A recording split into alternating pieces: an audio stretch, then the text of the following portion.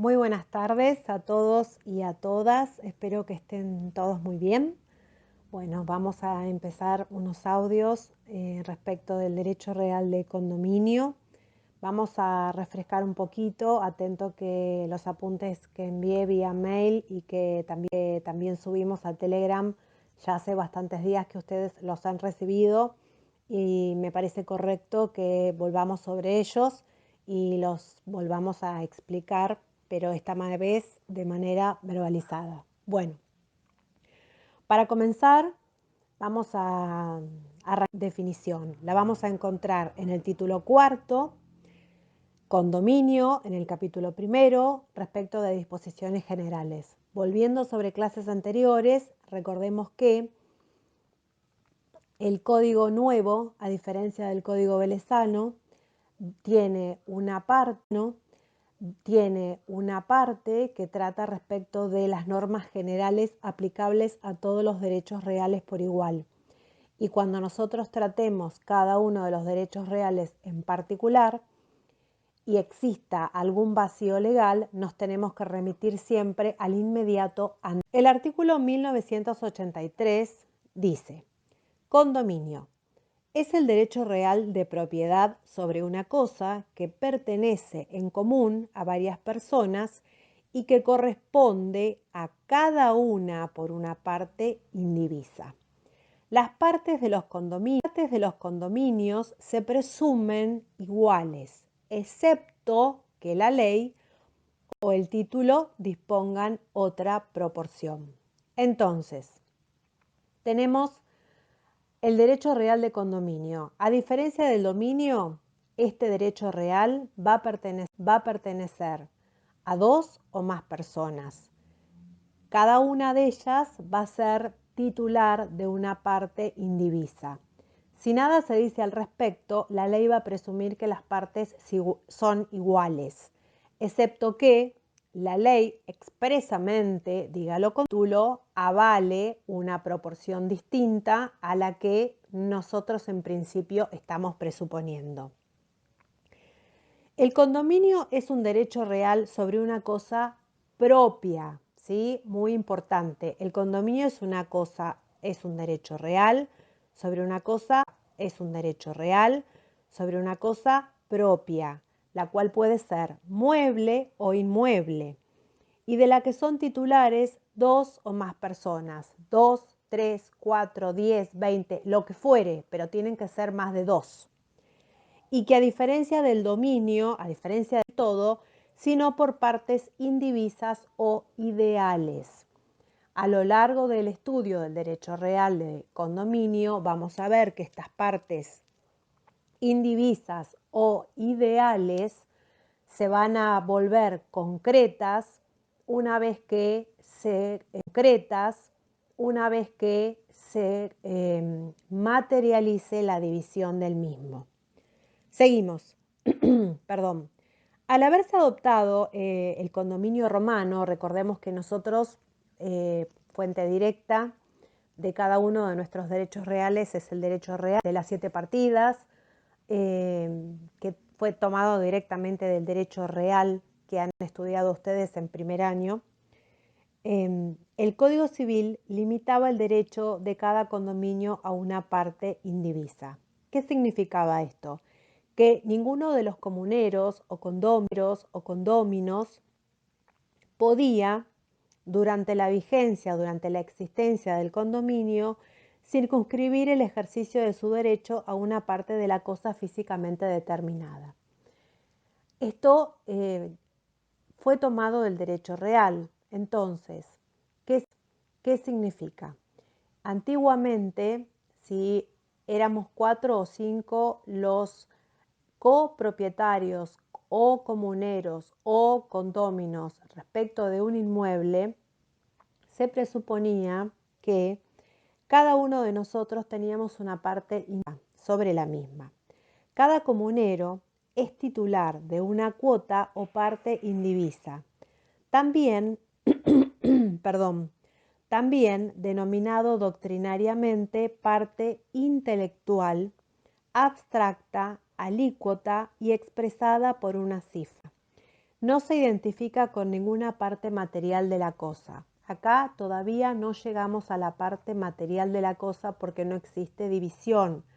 Quiero eso dejarlo muy en claro. No existe todavía división, por eso no hablamos de materialidad, sino hablamos de parte ideal o indivisa, sino simplemente con una porción ideal, por ejemplo, una mitad, un tercio, sin que se pueda establecer sobre la cosa qué parte de ella le corresponde a un condómino y cuál a otro.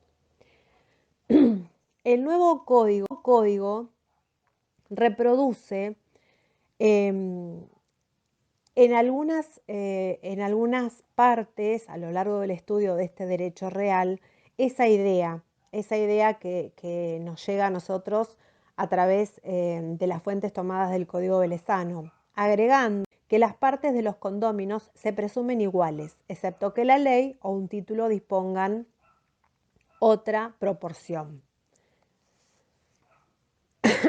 Perdón, estoy media mal de la garganta. El derecho se tiene sobre la cosa, no sobre una cuota ideal. Esto es muy importante que hagamos así como mucha mella respecto de esto. Los comuneros van a tener el derecho sobre la cosa y no sobre una cuota ideal, constituyendo así que una prueba acabada de ello que no se conciban actos de uso, goce o de disposición material sobre tal cuota. Solo van a poder ejercer derechos como el de enajenar o el de disposición material sobre tal cuota una vez que exista la división de la misma. El artículo 1984 habla de lo que hacía mención al principio de estos audios.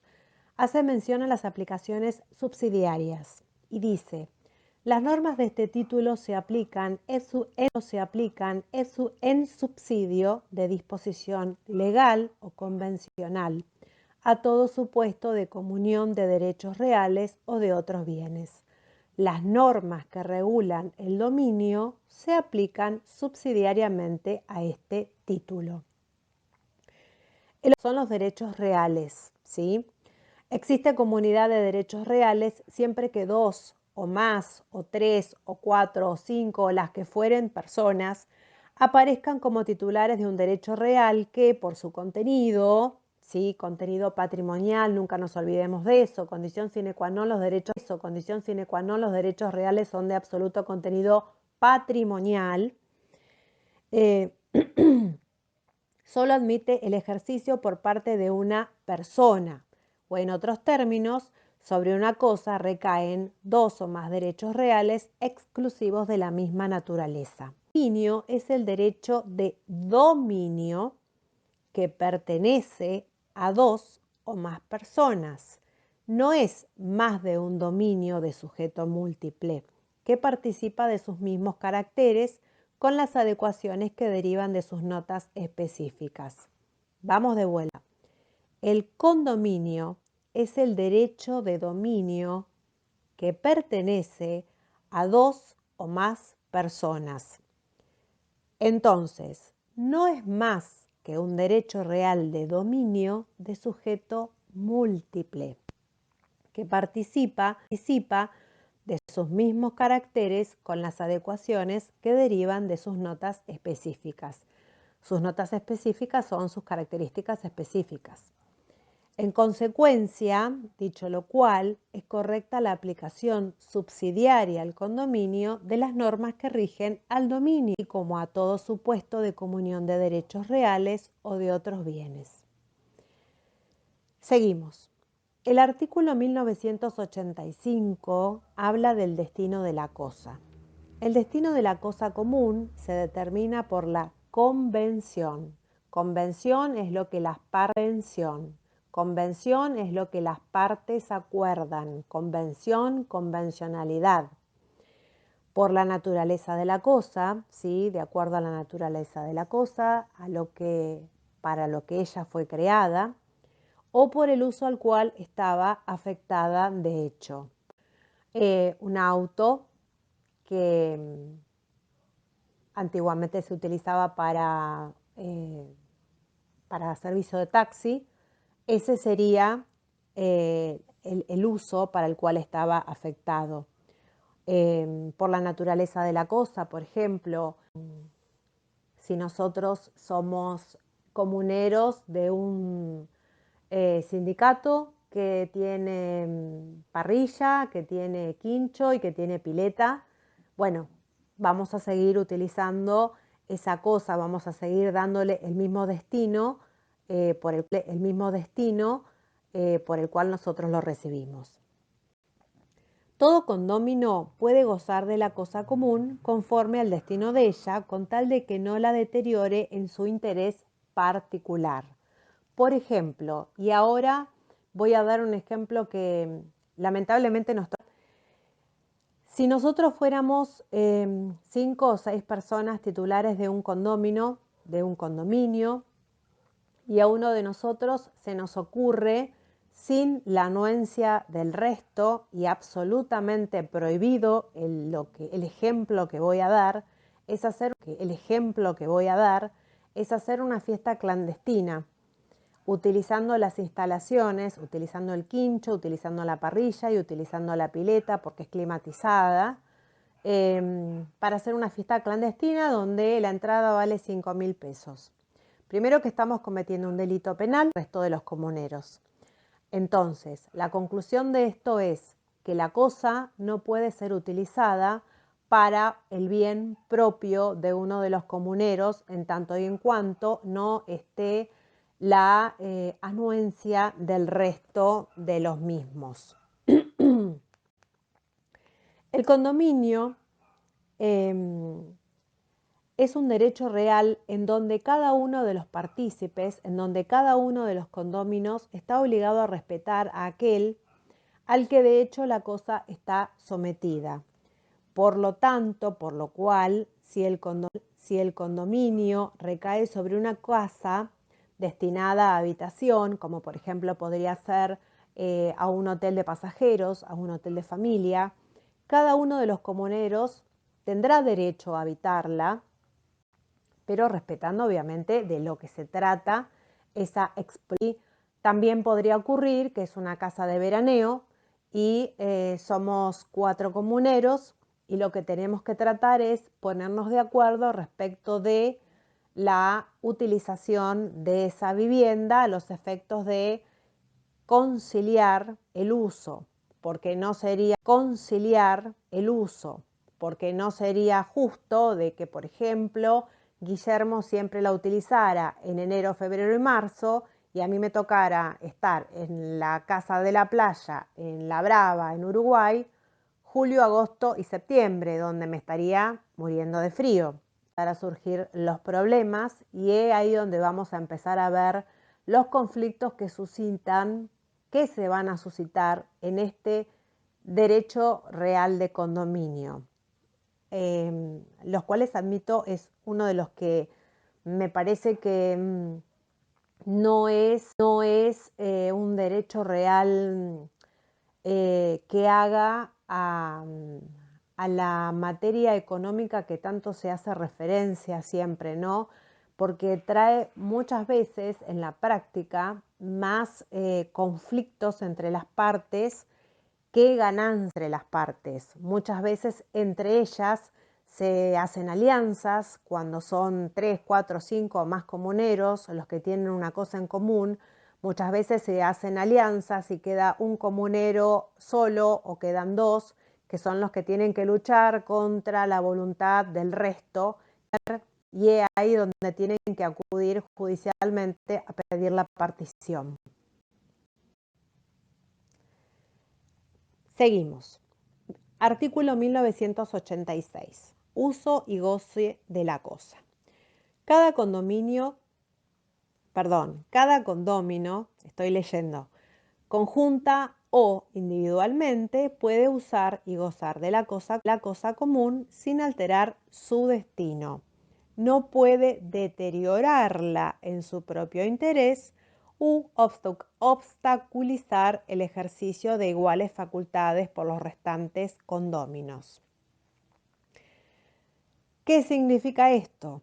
Que cada uno de los comuneros puede ejercer el ius prohibendi, de que tanto hablamos en el derecho real de dominio y que acá vamos a hacer mención nuevamente, no solo contra los actos de disposición material o jurídica, sino contra todo acto de uso y goce de la cosa común, en tanto y en cuanto en la ejecución de estos actos esté alterando el destino de la cosa común o la esté utilizando en su interés particular con detrimento del derecho igual de los demás.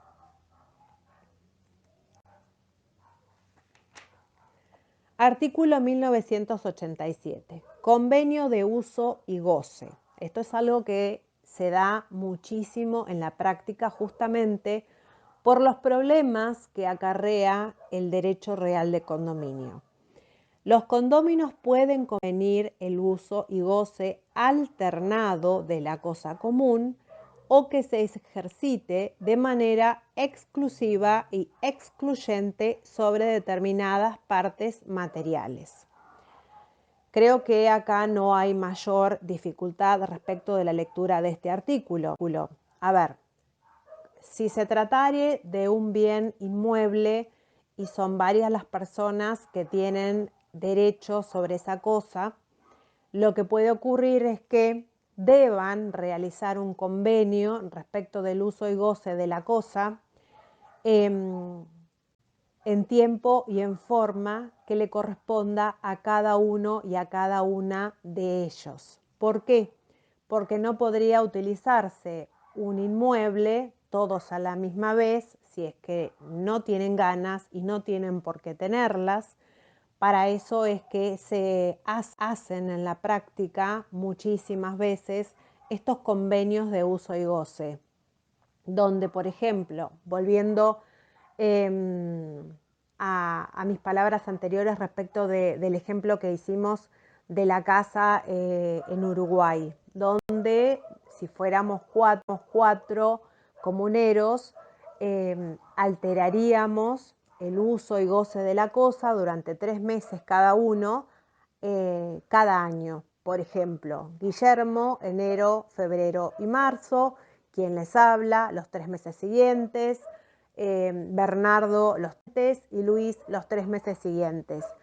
El año 2022 empezaría quien les habla, enero, febrero y marzo, y así sucesivamente a los efectos de que cada uno de los comuneros pueda usar y gozar de la cosa en iguales condiciones que el resto.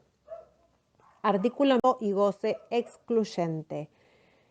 El uso y goce excluyente sobre toda la cosa en medida mayor o calidad distinta a la convenida no da derecho a indemnización a los restantes condóminos, sino a partir de la oposición fehaciente y solo en beneficio del oponente. Esto es algo que ustedes han visto en Derecho Civil 1. Yo me puedo quejar de que Guillermo está utilizando la pileta y en vez de permitirle el ingreso a 5 personas, se está metiendo a 20 y le cuento al resto de los comuneros. Queda en la nada. En tanto y en cuanto fehacientemente yo no le envíe una carta de documento a Guillermo solicitándole, exigiéndole que en el plazo de 12 horas cese el uso indebido de la cosa bajo percibimiento de iniciar acciones legales, no sirve de nada, ¿sí? En derecho, la verbalización de las cosas no sirve de nada. Yo me puedo quejar de que mi vecino de al lado hace fiestas clandestinas y van y se meten 50 personas y están toda la noche, dale y dale, con la música, con la cumbia, haciendo ruido, hasta altas horas de la noche. ¡Ay, qué horror, qué horror! Pero si yo no llamo 911, no pasa nada. Acá ocurre lo mismo. Si yo no notifico de manera fehaciente, no sirve. Y solo va a beneficiar a aquel que lo haga. no es de modo extensivo al resto de los comuneros, sino tan solo al que lo realiza. Seguimos. Artículo 1989. Facultades con relación a la parte indivisa. Cada condómino puede enajenar y gravar la cosa en la medida de su parte indivisa sin el asentimiento de los restantes condóminos. Embargarla y ejecutarla sin esperar el resultado de la partición que les es inoponible. La renuncia del condómino a su parte acrece a los otros condóminos. Bien, acá empezamos con un poquito de las dificultades del condominio. Parece en la práctica un derecho real súper, ¿cómo utilizaría la palabra? Difícil de llevar a la práctica porque trae más conflictos, no solo entre las partes, sino respecto de los acreedores. Porque, por ejemplo, Guillermo es deudor y un acreedor lo puede embargar y puede ejecutar, pero ¿qué parte específica? ¿Un tercio, un medio? ¿Qué parte específica? Si es un condominio y todos somos propietarios del todo y todos a su vez tenemos una parte indivisa o ideal o abstracta. No existe una división. Entonces, en la práctica, este derecho real es como muy conflictivo, no solo para las partes, sino también para los acreedores. Los acreedores, por ejemplo, cuando uno pone en garantía un condominio, muchas veces se retraen de realizar operaciones y prefieren otro tipo de garantías, porque vos no sabés si en suerte te va a tocar un tercio, la mitad, un cuarto, no sabés en suerte qué es lo que te va a tocar. Vos presumís que quizás te toque un cuarto y resulta que después te pasa que a la hora de dividir te tocó nada, un tercio, y no llegas a cubrir con lo que vos pensabas que podías llegar a cubrir. En el condominio sin inhibición forzosa, las facultades de los condóminos deben ser analizadas desde distintos puntos de vista, específicamente desde dos puntos de vista, respecto de la parte indivisa y sobre la cosa común, ¿sí? Esto es súper importante. Mientras que las primeras, ¿sí? Mientras que la parte indivisa, siguiendo el modelo romano que en la práctica trae muchas veces más oscuridad que luz, son amplísimas, ya que se considera que son las propias del dueño, ¿sí? Volviendo al dominio. Las segundas son muy limitadas. ¿Por qué? Por cuanto están cercenadas por el propio Código Civil o por el ejercicio legítimo del ius prohibendi por cualquiera de los otros condóminos.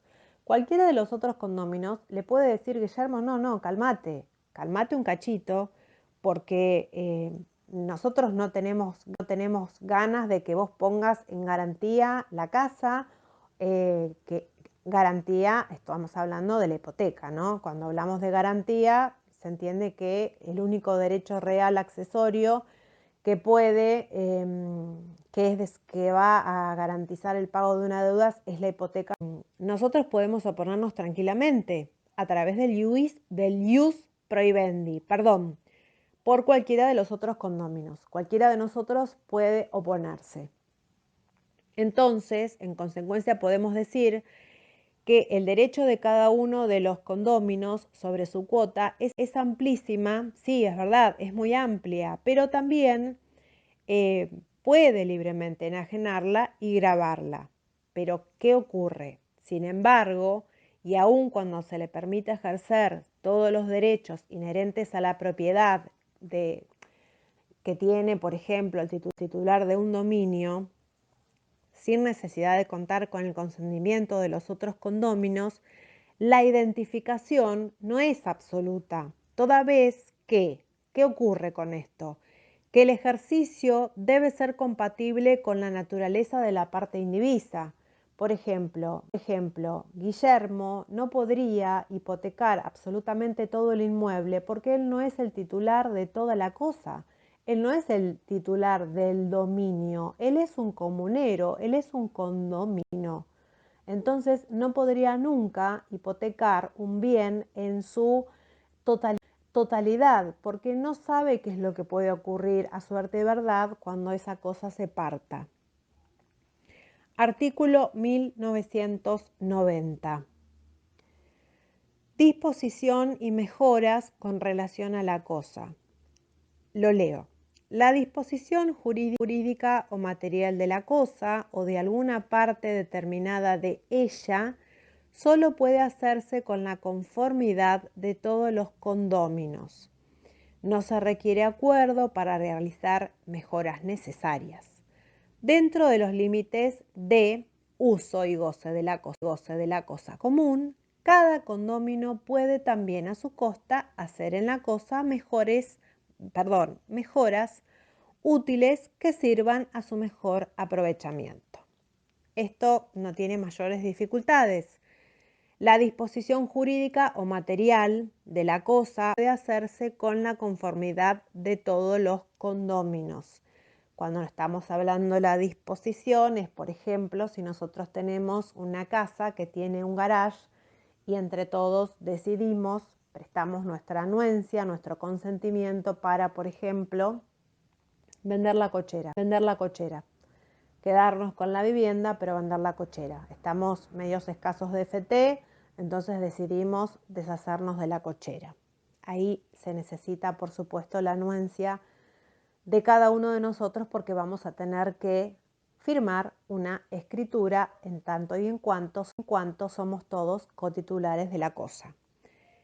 Después dice, no se requiere acuerdo para realizar mejoras necesarias. Si, por ejemplo, se está cayendo el techo y Guillermo fue justo este fin de semana a Uruguay a pasar un fin de semana romántico y se encontró con que se voló el techo y se vino abajo parte de uno de los cuartos, del techo de uno de los cuartos, obviamente se entiende que es una mejora necesaria y urgente, por lo cual no es necesaria nuestra anuencia expresa, sino que, atento a la urgencia de la situación, él va a realizarla y después tiene el derecho a que cada uno de nosotros le pague la parte correspondiente por ese arreglo. Otro de los ítems de este artículo dice que dentro de los límites del uso y goce de la cosa común, cada condómino puede también a su costa hacer en la cosa mejoras útiles que sirvan a su mejor aprovechamiento. Resulta que Guillermo le encanta la pileta climatizada, pero dice, ay, la verdad es que con unas luces así divinas que se cambien de colores quedaría mucho más lindo, me encantaría más. Nosotros decimos, si te gusta, hacelo, pero nosotros estamos conformes con que basta que esté el agua calentita, no nos interesa. Perfecto, dice Guillermo, es a mi costa. Perfecto, hacelo. No hay que darle ningún tipo de dinero por ese gasto que él va a realizar.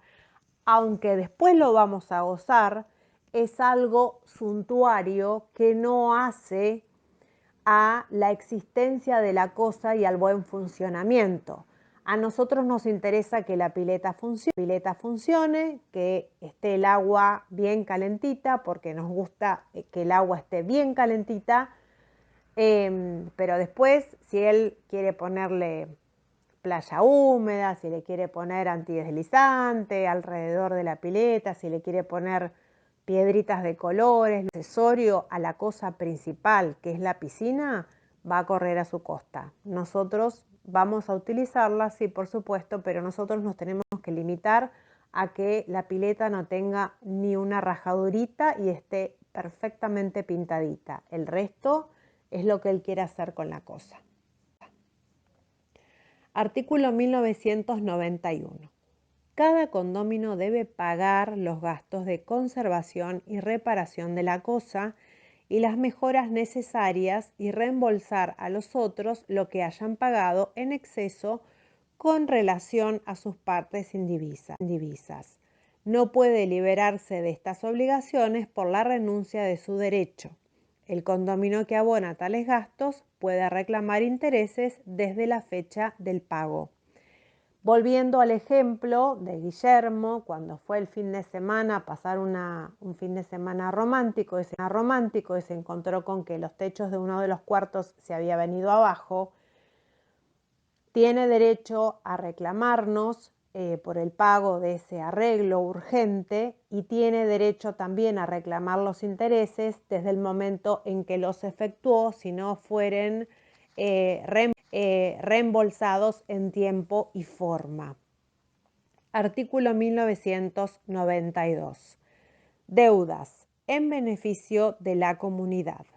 Si un condominio contrae deudas en beneficio de la comunidad, es el único obligado frente al tercero acreedor, pero tiene acción contra los otros para el reembolso de lo pagado. Si todos se obligaron sin expresión de cuotas y sin estipular solidaridad, deben satisfacer la deuda por partes iguales. Quien ha pagado de más tiene derecho contra los otros para que le restituyan lo pagado en esa proporción. A ver, el condominio es un rejunte de un montón de situaciones fácticas que ustedes han estudiado en obligaciones y en contratos, nada más que ahora las estamos aplicando a un derecho real en concreto, que es el condominio. Nadie puede pagar de más, nadie puede alegar en derecho su propia torpeza. El que pagó de más tiene derecho a reembolso, por supuesto, tiene derecho a reembolso en tanto y en cuanto demuestre que ha pagado de más, así como aquel comunero que contrajo deudas en beneficio de la comunidad va a estar obligado frente al acreedor y va a tener, por supuesto, el derecho a pedir el reembolso respecto del resto de los comuneros. ¿Por qué? Porque se entiende que esa deuda que contrajo es en beneficio de la cosa de la cual son todos cotitulares.